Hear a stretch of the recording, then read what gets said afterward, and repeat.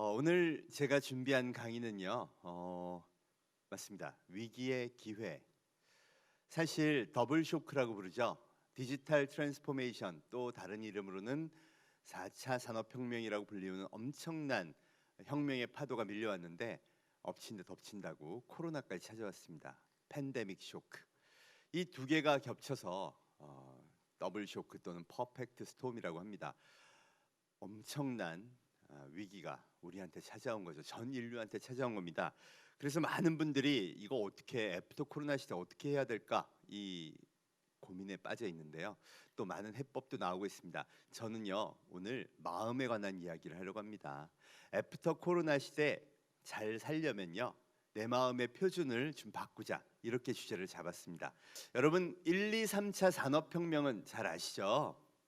이때 우리 기술에 관한 이야기를 많이 합니다. 기계 문명이 등장했고 전기 문명이 등장했고 또 정보화가 등장했고, 그리고 이제 4차 산업혁명이래요. 그래서 인공지능, 로봇, 자율주행차, 이런 어마어마한 디지털 기술들이 미래를 바꿀 거다. 공감은 되는데 인공지능이 아직 돌아다니면서 막 로봇이 돌아다니고 자율주행차가 실제 시내에서 돌아다니고 이러진 않으니까 준비는 해야 되는데 오지 않은 미래가 아닌가 이런 생각을 합니다. 그런데 1, 2, 3차 산업혁명을 잘 살펴보면요 그때마다 인류의 문명 교체라고 할 만큼 엄청난 삶의 변화가 있었죠. 여러분 1, 2차 산업혁명 시기에 우리는 조선이라는 나라가 망하고 근대화 시대로 접어들었어요. 그때 살았던 사람들을 생각하면 정말 어마어마한 변화가 있었습니다. 이 3차 산업혁명도 사실은 마찬가지죠. 삶의 변화가 극심했죠. 그래서 저는 4차 산업혁명 왔다고는 하는데 진짜 인류의 삶이 변화했을까라고 한번 정리를 해봤습니다. 그랬더니 딱 지난 10년간요 어마어마한 인류의 삶의 변화, 문명 교체가 이미 발생했더라고요. 저는 그 상징으로요 항상 혁명의 상징을 BTS 사진을 씁니다. 여러분 BTS 대단하죠? 미국에서 정말 엄청난 팬덤을 갖고 있어요. 그래서 오죽하면 21세기 비틀즈로 불립니다. 작년에 미국의 레이쇼라는 비틀즈가 데뷔했던 그 쇼에서 BTS를 초청한 다음 타이틀을 아예 21세기 비틀즈 BTS 이렇게 붙였습니다. 그리고는요 그걸 똑같이 만들어서 미국 전역의 지상파 방송으로 내보내버렸죠. 대단한 인기를 누리고 있는 BTS. 그런데 왜 그 친구들이 혁명의 상징이냐? 여러분 BTS가 사실은 기존의 음악 시장, 미디어 시장이 모두 다 붕괴되고 있다는 걸 보여준 상징입니다. 그래서 저는 아예 파괴의 신이라고 그러죠. 참 앞으로는 어떻게 변화했구나를 잘 알려주는 정말 상징이기도 합니다. 여러분 원래 가수가 크게 성장하려면 자본이 많은 기획사가 데려다 열심히 훈련시키고요. 그다음 방송에 내보내죠. 방송이라는 시스템에 내보내야 인기를 얻고, 인기를 많이 얻으면요. 그럼 이제 일본에도 가보자, 동남아에도 가보자. 그래서 글로벌하게 이제 성공을 시도합니다. 그리고 맨 마지막에 가는 게 메인 시장이라는, 가장 큰 시장이라는 미국 시장에 가는 거였죠. 그런데 참 우리나라 가수들이 그걸 해보려고 했는데 기획사도 그렇고 많이 실패했어요. 그런데 BTS는요 빅히트라고요 조그마한 벤처 소속이었습니다. 돈도 없었죠. 방송국에 크게 밀어줄 그런 힘도 없었습니다. 그래서 처음에 방송에 나왔는데 인지도 낮으니까 다시는 잘 안 불러줘요. 그래서 어디서 활동하기 시작했냐? 놀랍게도 유튜브에서 활동합니다. 더 놀라운 건 뭐냐? 여러분 2013년 유튜브 무대를 시작하더니요 4년 만에 미국에서 엄청난 팬덤이 생기더니 2017년 아메리칸 뮤직 어워드 소셜 아티스트 부문 1위를 차지합니다. 그럼 이건 오직 팬이 뽑아주는 거예요. 그것도 소셜 네트워크에서. 그 자리를 6년간 누가 지켰냐? 전 세계 10대의 우상이었던 바로 저스틴 비버였습니다. 와, 그걸 밀어내다니요. 문제는요 자본이 아니라, 방송국의 권력이 아니라 순수하게 팬의 힘으로 그들이 성장했다는 거죠. 성장을 만들어준 발판은 방송국이 아니라 유튜브라는, 그리고 SNS라는 새로운 시스템이었고요. 그들을 진짜 세계 최고로 만든 건 자본이 아니라 아미라는 팬덤이었습니다. 이러니 혁명이라고 할 만하죠. 문제는요. BTS는 좋고 새로운 시스템이 열렸고 새로운 소비 시스템이 생긴 건 좋은데 기존의 방송국 또 미디어 산업, 기획사 다 과거에 누리던 영광과 권력이 사라지게 된 것이죠. 실제로 그렇습니다. 방송국은요. 여러분 생각하시는 것처럼 어렵습니다. KBS는 작년에만 1,300억 적자를 기록했고요. 올해는 그래서 사장님이 이렇게 발표했습니다. 비상경영 대책으로 1,000명을 감원하겠다. 다른 지상파들도 다 어렵습니다. 이유가 뭔가 봤더니요. 안 보는 겁니다. 대한민국 국민한테 작년에 설문을 해봤어요. 그랬더니 7시 이후에 어떤 매체를 보십니까 하는 질문에 56.7%가 유튜브라고 대답합니다. TV는 28%, 2배를 넘어요 유튜브가. 더군다나 4위는 넷플릭스였습니다. 여러분 코로나가 온 다음에 이 유튜브와 넷플릭스의 약진 들어보셨죠? 한국에서만 넷플릭스 이 월간 사용자 수가 무려 3배가 늘었습니다. 이 데이터가 보여주는 건 이제 대한민국 아니 전 세계 사람들의 소비 표준이 바뀌었다는 뜻이죠. 소비의 표준이 바뀌면 기업이 바뀌는 수밖에 없습니다. 혁명을 스스로 실천해야 될 때가 이미 와버렸다는 거죠.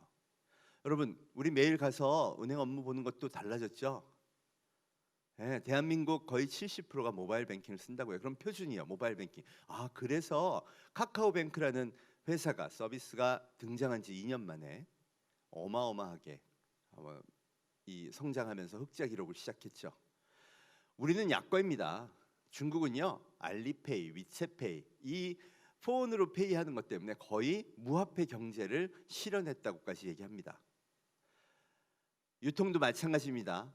여러분 코로나 이후요 미국의 JC페니, 니만 마르크스 또 2018년 이미 시어스가 다 파산했어요. 전 세계적으로 100년 넘은 백화점들이 다 파산해 버렸습니다. 야, 여러분 100년 동안 지속됐던 회사가 있다면 그 회사가 얼마나 혁신을 거듭거듭 해왔는지를 알 수 있습니다. 근데 이번 혁신으로 안 돼요. 왜? 혁명이라서. 소비의 표준이 바뀌는 겁니다. 여러분 우리 일상이 어떤 거죠? 우리의 일상이요 늘 음악 듣고 방송 보고 물건도 사고 은행 거래도 하고 이런 걸 일상이라고 하는데 일상에 이렇게 이미 혁명이 번져버렸죠. 그리고 심지어 코로나는 이걸 강제하게 하고 있습니다. 그동안은 난 안 해. 난 그런 거 별로 좋지 않아. 그런 것보다는 아날로그적 삶이 좋아. 그런데 아날로그적 삶이 감염을 가져온다면요. 우리는 덜하지만 미국 같은 경우는 락다운 6개월 동안 가게문을 다 닫았어요. 그럼 여러분 생존의 문제가 발생합니다. 먹고는 살아야죠. 그래서 이 디지털 경제로 강제로 옮겨가게 돼버린 거죠. 이 더블 쇼크는 전 인류의 문명을 디지털 문명으로 옮기는 역할을 지금 하고 있다는 겁니다. 자, 그럼 나 재택근무 배우고 온라인 쇼핑만 배우면 다 해결될까요? 그게 아니라 인류 문명의 표준이 바뀐다면요. 내가 사회를 바라보는 시각, 나의 아이를 키우는 시각, 내 미래를 설계하는 시각, 이 모든 게 뭔가 근본적으로 좀 바뀌어야 하지 않을까요? 여러분 조선시대를 살던 사람이요. 갑자기 사회가 바뀌었을 때 어떤 마음의 변화가 필요했을까요? 오늘 여러분하고 그 얘기를 나누려고 합니다. 여러분 제가 가능한 많은 데이터를 모아왔습니다. 도대체 이 사회에 진짜 얼마나 많은 변화가 발생했을까요? 불과 지난 10년 사이에. 그걸 기반으로 우리가 어떻게 생각의 표준을 바꿀까 한번 생각해 봤으면 합니다. 자, 우선 혁명의 시작입니다. 디지털 트랜스포메이션이라는 혁명은요. 사실 정보의 연장이기도 한데요. 이 혁명을 급진적으로 만들 요인은 명백하죠. 바로 스마트폰의 탄생입니다. 2007년 스티브 잡스에 의해 아이폰이 탄생하고요. 2009년 대한민국에 옵니다. 그리고 2010년 안드로이드 폰이 갤럭시 안드로이드 폰이 최초로 탄생을 하죠. 그러니까 대한민국의 스마트폰 대중화의 원년은 2010년. 그러니까 딱 10년 됐죠.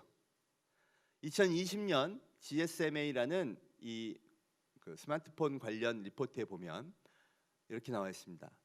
전 세계 인구의 67%, 52억 명이 이미 스마트폰을 사용하고 있고요. 대한민국은 95%가 쓰고 있습니다. 여러분 성인의 95%면요. 이거 들 수 있는 힘이 있는 사람은 다 쓰는 거죠. 예. 벌써 그렇게 됐습니다. 여러분 95% 인구 비중이면 세계 1위예요. 퓨 리서치 센터에서 전 세계 이 통신이 발달한 18개 국가를 조사했는데요. 평균이 76%, 미국도 한 81%밖에 안 됩니다. 여러분. 대한민국 사람이요. 신문명에 대해서 굉장히 호기심도 많고 잘 적응하고 있다는 뜻이기도 하죠. 자, 그럼 팩트로 볼까요? 여러분, 이거 쓰는 사람이 이제 표준인 거 맞죠? 예, 여기가 출발입니다. 디지털 트랜스포메이션의 출발은 이 스마트폰을 잘 쓰는 사람이 표준이다. 이 사람의 이름이 바로 포노 사피엔스입니다. 여러분, 인간의 생물학적 학명이 호모 사피엔스. 호모는 라틴어로 인간 종족이고요. 사피엔스는 슬기롭다는 뜻입니다. 그러니까 슬기로운 인간이라는 뜻인데 그 사이에 포노, 라틴어로 폰을 의미하는 단어를 하나 넣은 거예요. 그러니까 스마트폰을 슬기롭게 쓰는 인간. 오늘의 주제는요, 이 슬기로움입니다, 여러분. 사피엔스. 인간은 어떤 존재라고요? 슬기로운 존재. 자, 포노 사피엔스의 뜻은 스마트폰을 슬기롭게 쓰는 인간이고요. 전화에 뭐라 그러냐? 이거를 이제 신체 일부처럼 쓰는 인간. 간 밑에 쓸개 밑에 스마트폰. 예.